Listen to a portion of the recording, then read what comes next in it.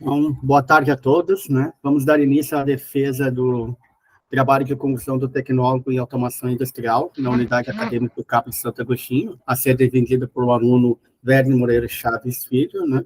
Orientado por mim, Oswaldo Rideuando Júnior, e coorientado pelo professor Éter Andrade da Silva. Agradeço a disponibilidade aos demais colegas da banca, né? Elias Oliveira e o Kleber Lourenço Isidoro, nosso membro externo, né? Que está contribuindo com a gente e participando desse momento. Tá? E a todos os demais que estão aqui presentes nessa defesa, agradeço pela presença. Werner, tem 25 minutos aí para fazer a apresentação. Boa apresentação de trabalho. A palavra é sua. Como o Oswaldo já disse aí, esse é o trabalho da graduação tecnológica em automação industrial. Trabalho esse que é intitulado de Sistema Autoalimentado, Desenvolvimento de Sistema Autoalimentado por Iluminação Interna, Captação de Energia Solar. Eu me chamo Ana Moreira e, como o Oswaldo já deu a apresentação aí do orientador e do co-orientador, eu vou prosseguir aqui com a apresentação. Então, esse trabalho ele está dividido ali entre a introdução, o delineamento metodológico, os materiais e métodos, resultados e discussões e as considerações finais. Ele permeia aí pela aplicação do conceito de energia reversa, que consiste no reaproveitamento de energias residuais presentes no ambiente do sistema para a alimentação do sistema a ser implementado. Okay? Dentre as principais energias utilizadas e reutilizadas por essa técnica, temos aí aqui como exemplo a energia mecânica, a energia térmica, a energia solar, através, por exemplo, do gerador piezoelétrico de energia, que converte a energia residual presente no ambiente para a energia elétrica, para assim alimentar o sistema. Okay? Dentro dos focos, a gente vai ter aí a energia fotovoltaica, com aproveitamento de módulos fotovoltaicos, não necessariamente a energia solar, mas a gente vai reaproveitar a energia luminosa para fornecer energia elétrica para o sistema. Dentro desses sistemas autoalimentados, como geralmente essas energias residuais presentes no ambiente, a energia da radiação, como a piezoelétrica, a energia térmica utilizada pelo gerador termoelétrico de energia, elas são naturalmente oscilantes nesse tipo de ambiente. Geralmente, esses sistemas têm três componentes principais. A fonte, o módulo EPS, que faz aí o condicionamento de energia, ele faz o condicionamento, armazenamento, conversão da energia, que é naturalmente oscilante, para armazenamento dessa energia. Okay? E aí, então, esse EPS é composto geralmente por um conversor e um módulo de armazenamento dessa energia. E, a partir daí, o EPS ele consegue fornecer potência para carga. No caso, aí, a gente tem aqui como exemplo sensores autônomos, dispositivos vestíveis, sistemas IoT e sensores sem fio. Bom, um dos focos principais da integração desse projeto é o filme fotovoltaico orgânico. Ele é uma placa solar leve, fina, sempre transparente, que, em comparação com módulos de silício comuns tradicionais, ele tem uma maior eficiência quando submetido à luz solar ou luz interna difusa, ou seja, aquela luz proveniente de ambiente interno. No caso, a luz solar também entra nesse meio, mas não é luz solar incidente direto. Então, ele tem aí até 20%, 25% a mais de eficiência na conversão desse tipo de energia, o que proporciona aí uma aplicação em ambientes, o aproveitamento de energias, tanto da luz própria de ambiente interno, fornecidas pela lâmpada, por exemplo, quanto da luz solar, vinda não diretamente, mas de maneira difusa, da aplicação de sistemas que utilizam energia reversa para aumentar uma carga. No caso, a gente vai utilizar este tipo de módulo fotovoltaico para alimentar o sistema.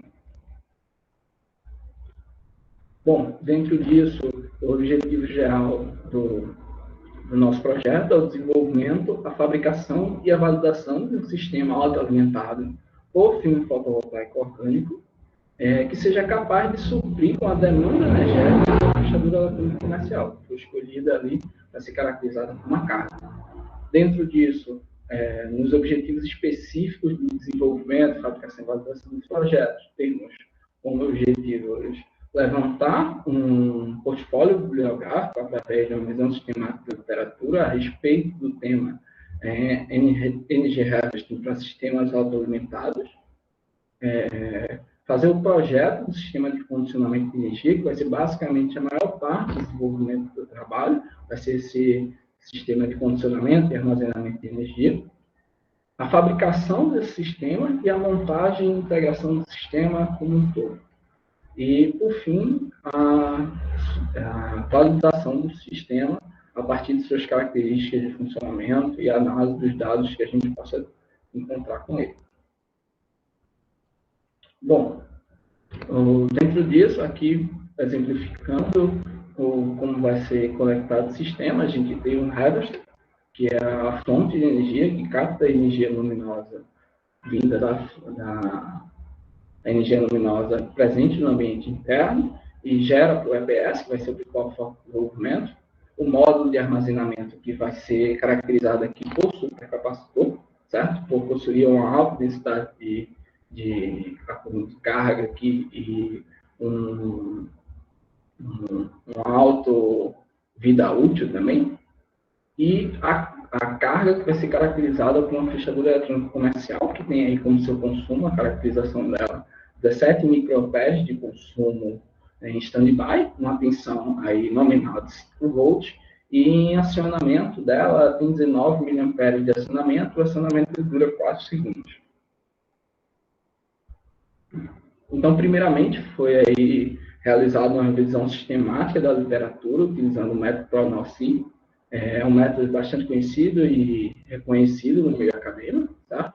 O tema que já foi falado é Energy Harvesting para sistemas autoalimentados de energia, e com isso foi realizado aí, dentro deste método, a seleção do portfólio bibliográfico através de pesquisa em bases de artigos e a análise sistêmica desse portfólio para fazer o levantamento do estado da arte em desenvolvimento de projetos neste tema em relação ao que há disponível aí no meio acadêmico.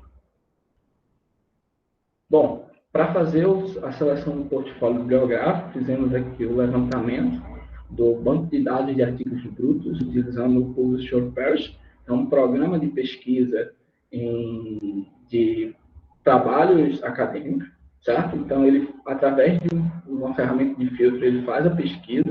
Então, a gente filtrou aqui com base na atualidade, então a gente utilizou 10 anos ali, e utilizou também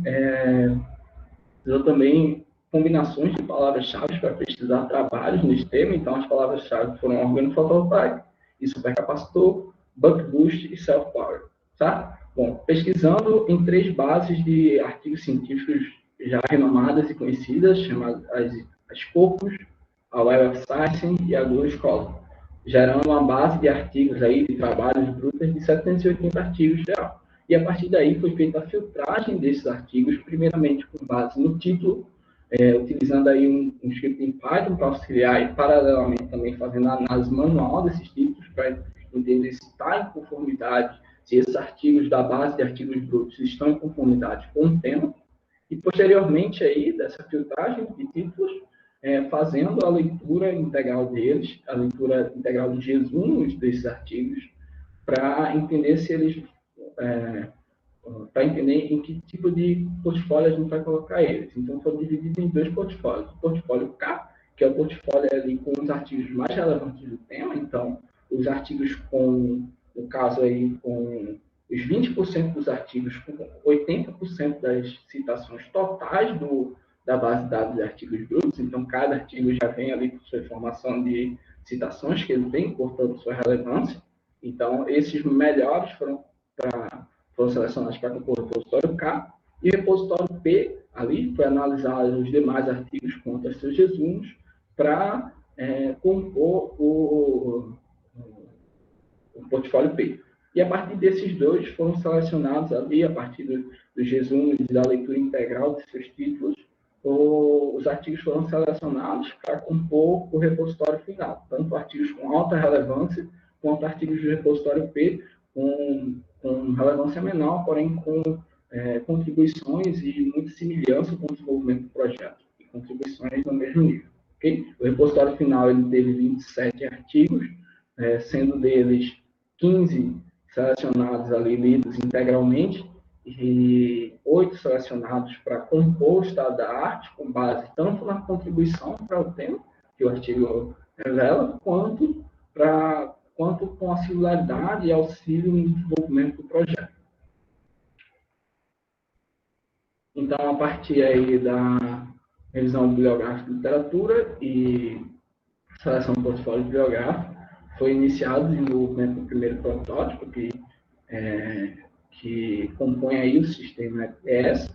No caso, foi selecionado o conversor Buck-Boost LTC3129, fabricado pelo Linear Technologies. A ideia foi criar um circuito baseado nesse CI para conseguir fazer a conversão de energia e o armazenamento dela. Ele foi selecionado por sua faixa de operação estar praticamente no que a gente precisava, então sua faixa de operação é muito semelhante, de 1.4 a 15.75 volts de entrada, e a gente precisa aí de uma tensão de 5 volts de saída. Ele também tem tecnologia analogicamente programada aí de Maximum Power Point Control, que consegue fixar a tensão de entrada do OPV no nível de tensão onde a potência gerada pelo OPV esteja em seu máximo nível de potência. E também ele tem uma corrente que é 113 microamperes, que dá uma corrente baixíssima e que indica aí que ele teria alta eficiência na conversão de energia. A arquitetura do circuito utilizado foi baseada no próprio exemplo do datasheet, que chama a aplicação com o diodo strap. A gente utilizou essa aplicação porque a tensão de saída e a configuração do circuito ela é muito parecida com o que a gente precisa, tanto de tensão de entrada quanto de tensão de saída. Apenas com alguns ajustes conseguiríamos trabalhar ali com a nível de tensão que precisamos para converter energia e carregar o supercapacitor. No caso aqui, foi realizado o desenvolvimento com base nessa arquitetura já dimensionada. E, bom, das principais mudanças aqui dessa arquitetura foi trabalhado no pino V-out, adicionado um filtro snubber no dimensionamento da arquitetura. Esse filtro de snubber ele é responsável aí no modo de chaveamento entre modo buck ou boost, ou seja, fazer levantamento ou abaixamento da energia. Ele diminui aí o ruído, ou seja, a perda de potência nesse chaveamento entre um modo e outro. E também aqui no pino VIN foi adicionado um capacitor chamado de FIDPORT, que conectado ao pino RAM, que faz a comparação de energia para o acionamento do regulador linear, que controla o pino VCC, que controla o bloco lógico do LTC 3129, que realmente faz aí a troca de modo boost para boost. Esse capacitor aqui, ele visa diminuir as oscilações de energia vindas da tensão de entrada. Aqui, os outros componentes, os demais componentes e subcircuitos do sistema foram dimensionados com base nas próprias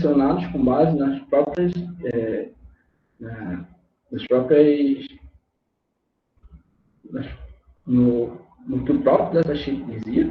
No caso, o próprio datasheet dava recomendações de componentes a serem dimensionados com base na arquitetura selecionada. Então, a gente vê aqui no pino VI, a gente vê aqui 4 capacitores, mas no caso aqui, esses capacitores são 4, mas ele só dimensiona 1. Esses capacitores foram adicionados aqui para que possa ser feito o teste de associação de capacitores depois da fabricação, se por algum motivo quiséssemos fazer algum teste de eficiência e mudar a arquitetura do circuito, mas no caso ele só pede ali para colocar um capacitor com baixa resistência interna e com baixa capacitância. A mesma coisa, por exemplo, na tensão de saída. Aqui Aqui, as etapas de desenvolvimento do projeto, então, como a gente viu, o dimensionamento da arquitetura do circuito, o layout da PCB, o modelo 3D da PCB, feita no Proteus, a fabricação da PCB, que foi feita em loco, aqui no laboratório da própria AXA mesmo, disponibilizado, a gente utilizando a LPKF modelo S63, e a montagem do circuito na PCB, também feita em loco. Bom, com a montagem do circuito preparado, o circuito foi ali integrado em testes de bancada realmente, testes de bancadas mesmo, foi integrado ali com o OPV e a carga para tentar fazer o funcionamento do sistema, para testes iniciais realmente, e o que foi observado ali é que ele não conseguia fazer, claro, em baixos níveis de luminância e de energia, que é o foco aqui é a integração disso em ambientes internos, então ali em luminância 365 lux, então 300 e 600 lux. Então, ele não conseguia ter uma boa eficiência na conversão em modo boost, o que ocasiona ali com que eu não fosse capaz de carregar ou manter a função do supercapacitor, tendo perda de carga constante no sistema. Isso acontece por causa de da própria relação de eficiência no nível de entrada em relação ao nível de saída que a gente está trabalhando. No caso aqui, a gente pode ver aqui no gráfico que o nível de entrada que a gente está precisando é de 5 volts, certo? Esse aqui em cor marrom. E o nível de saída, no caso. O nível de entrada aqui que a gente tem ali entre 300, 600, 700 lux, varia ali no OPV entre 2 e 8 volts. No caso, aqui a gente consegue ver uma curva muito acentuada na carga gerada, a tensão se manteve, porém a carga, a corrente, ela é oscilante para cá. Então, a gente vê uma curva muito acentuada no fornecimento de corrente aqui, o que ocasiona perdas de potência qualquer mínima variação da tensão de entrada, ou seja, ali ele não tem uma eficiência muito boa para a conversão, principalmente se a fonte externa ela tiver a fonte de entrada ela for oscilante ali, e principalmente com baixas potências e baixa disponibilidade luminosa do sistema. No caso aqui, a partir desses resultados, foi começado a desenvolver um segundo protótipo. Esse protótipo agora também baseado em alguns testes de bancadas que a gente estava fazendo. Então, no caso aqui, o teste de bancada, a gente conseguiu observar que conectando o OPV ao supercapacitor diretamente em seus polos positivo e negativo, a gente conseguia tanto manter a carga no supercapacitor, ou até, dependendo da luminosidade, fazer o carregamento do supercapacitor de maneira satisfatória. Então, no caso aqui, o segundo circuito, o segundo sistema de EPS, foi desenvolvido a partir desta abordagem. Então, no caso aqui, a gente consegue ver, nesse circuito aqui, que o OPV é praticamente conectado diretamente nos polos do supercapacitor, e apenas com um diodo Schottky aqui, para proteção do circuito contra a corrente reversa no módulo OPV. Só que um dos funcionamentos aqui, uma das características dessa integração do OPV com o supercapacitor é que o OPV não é capaz de carregar o supercapacitor desde seus níveis mais baixos de carga. Ou seja, a partir de uma tensão ali, é que ele consegue começar a fazer o carregamento. Senão, ele realmente não consegue carregar o supercapacitor. Nesse caso, foi necessário aí colocar um módulo de alimentação externa, no caso aqui, o módulo representado por essa parte superior aqui do circuito. Esse módulo aí, ele funciona com qualquer alimentação de 5 volts, seja de celular, seja fonte externa, ok? A entrada dele é USB tipo C, e ele tem aqui também, como a conexão do OPV, sistemas de proteção do circuito para fazer a alimentação em paralelo, quando o supercapacitor está ali em seu nível de carga mais baixo, ou seja, na primeira vez em uso, a gente vai ter que fazer essa alimentação para que o OPV ali ele consiga fazer o carregamento, e também quando submetido a muitas horas, muitos dias de baixa disponibilidade luminosa ou nenhuma disponibilidade, o supercapacitor ele descarrega-se naturalmente, vai ter que fazer uma alimentação externa.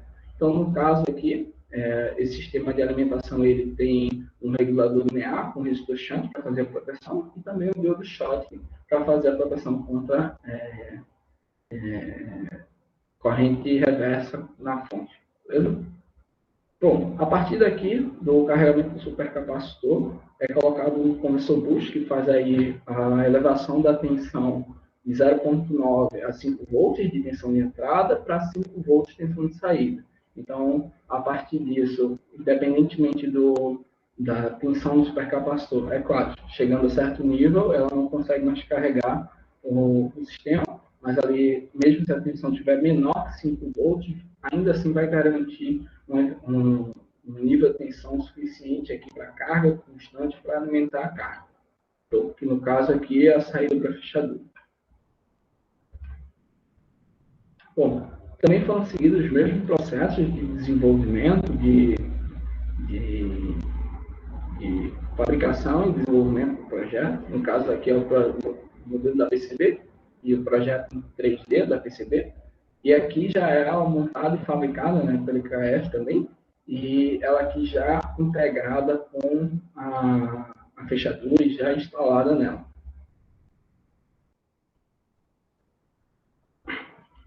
Aqui o diagrama das conexões, como foi feito, né? O filme fotovoltaico ele vai conectado lá diretamente no supercapacitor, ok? Então tem um módulo aqui para alimentação do supercapacitor no circuito, a fonte externa também tem sua entrada para alimentação. Todos esses os dois vão alimentar paralelamente o supercapacitor e a partir do supercapacitor, o conversor boost vai alimentar a fechadura.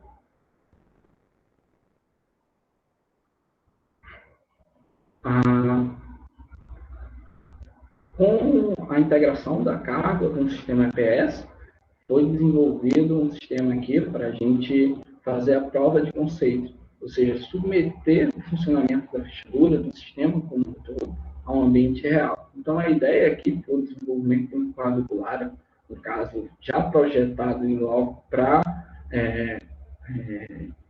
implementação do sistema da fechadura. Okay?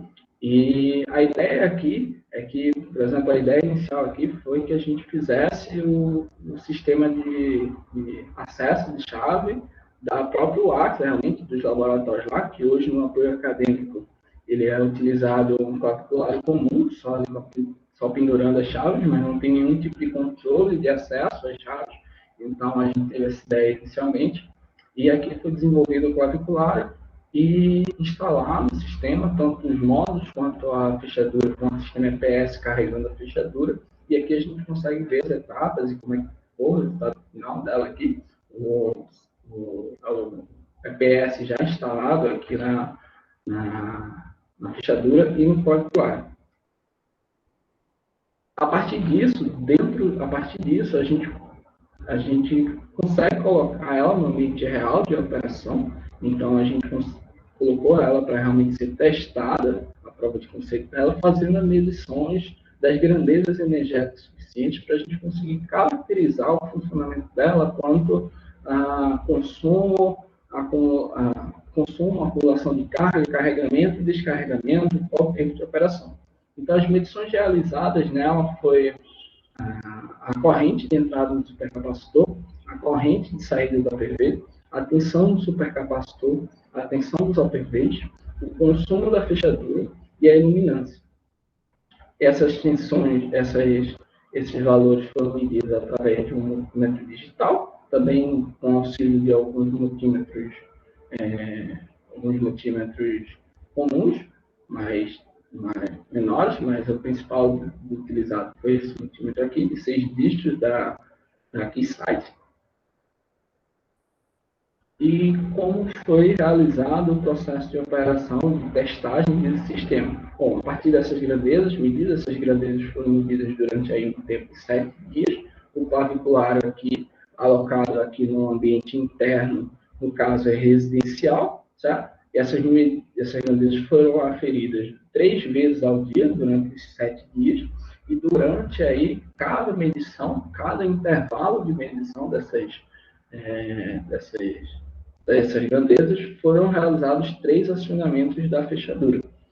No caso aí, a gente totalizando 9 acionamentos da fechadura por dia. Okay? Bom, colocada aí a fechadura em operação, a gente tem aqui as medições de iluminância, a que ela foi submetida aqui no ambiente residencial, como precisava ser medida aí durante 7 dias as características dela, para a gente conseguir caracterizar a operação dela. Então, foi feito aqui mesmo, em casa, tá? E foi, primeiramente, aferido quais são os níveis de iluminância que ela foi submetida. No caso aqui, a gente vê que os níveis de iluminância foram medidos às 6 horas da manhã, ao meio-dia e às 6 horas da noite. No caso, entre o período da manhã, a gente tem uma iluminância aqui de 157, 160 até 180 lux, a variação delas, então entra aí mais ou menos nessa faixa. No período da noite, teve uma iluminância extremamente baixa, tá, que é submetida, então de 45 a 70 lux. No período da tarde, onde ela realmente tem aí uma iluminância mais ou menos condizente com o desenvolvimento, a característica de ambientes indoors, com iluminação um pouco maior, mas a ideia aqui realmente foi colocar ela no ambiente real de operação, para entender como ela opera, em ambientes com baixa disponibilidade energética e baixa carga. Okay? Então, ela teve aí iluminância entre 340, 350 lux até 520 lux, a variação da... Então, essa 540 lux foi a máxima iluminação dela, que a gente aferiu. Bom, a partir dessas medições, a gente conseguiu ali caracterizar qual era a operacionalidade dela quanto ao acúmulo e a perda de carga. Ela teve aí um período de autonomia, sem necessidade de alimentação externa, de 96 horas, e ela atingiu inoperância ali quando o supercapacitor estava em seu nível de 1,8 volts, com uma perda de carga diária de 6,33 volts. Ou seja, no caso, ela não perdeu carga continuamente, mas ela consumiu, o circuito consumiu mais carga do que o sistema pode gerar. Em baixas, no caso aqui, em baixa disponibilidade energética em situação real de funcionamento.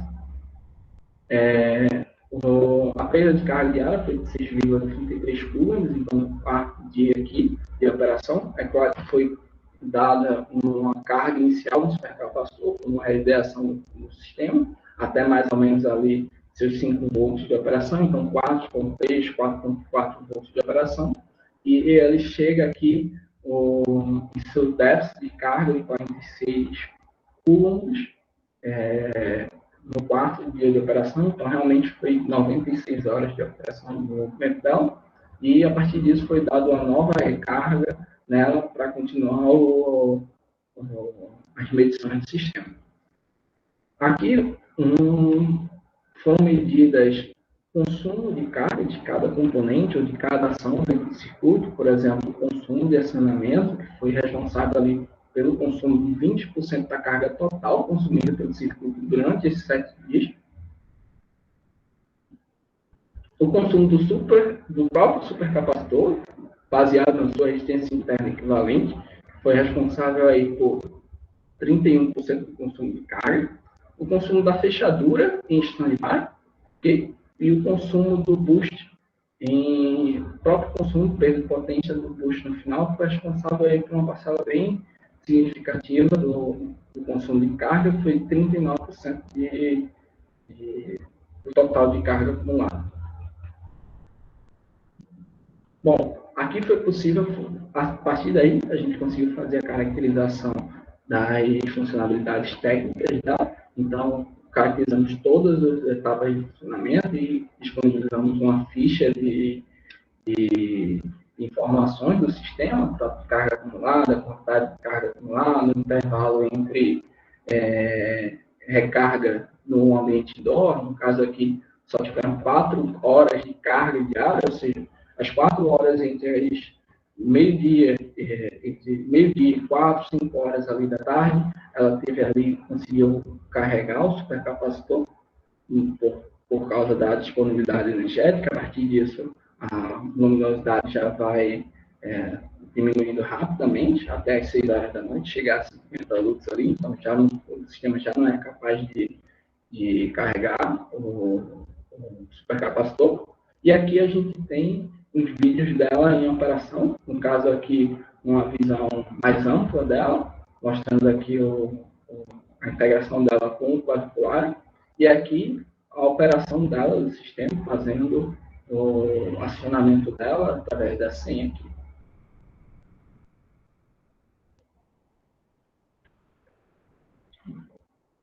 Agora a gente volta aqui para as considerações finais, para rever a conformidade do desenvolvimento do projeto com os objetivos levantados logo no início. Então, da parte de desenvolvimento do sistema, a gente conseguiu realmente fazer o desenvolvimento e atender a demanda da fechadura, a demanda elétrica da fechadura. O sistema realmente conseguiu fazer a fechadura ser autoalimentada. E dentro dos objetivos específicos, nós conseguimos aí fazer análise, levantamento e disponibilização de um portfólio biográfico com artigos relevantes ao tema de desenvolvimento. A gente fez desenvolvimento não só de um, mas de 2 protótipos de sistema EPS. Então, a gente mostrou tanto o que funciona quanto o que não funciona no desenvolvimento desse sistema.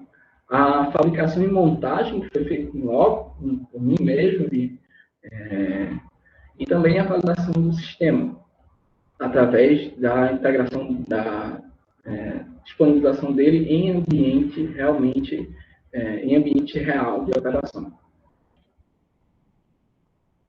Bom, como trabalhos futuros, a gente tem aqui a melhoria contínua, a integração desse tipo de sistema, novos modelos de fechadura, okay? E o desenvolvimento para a funcionalidade dela em mais baixas, em menor disponibilidade energética, ou seja, funcionar com mais baixas cargas. E também temos aqui já desenvolvimento aqui no grupo de pesquisa, desenvolvimento desse tipo de sistema para alimentação de nanosatélites, de cubosatélites. E como em projetos futuros, a gente tem aqui o redimensionamento, o reprojeto dela para alimentação de sensores e sistemas IoT, sensores IoT sem fio aí. Então, aqui chegamos ao final da apresentação. Agradeço a vocês pela atenção, agradeço a vocês pela disponibilidade de estar aqui. E aqui a gente já pode abrir para perguntas.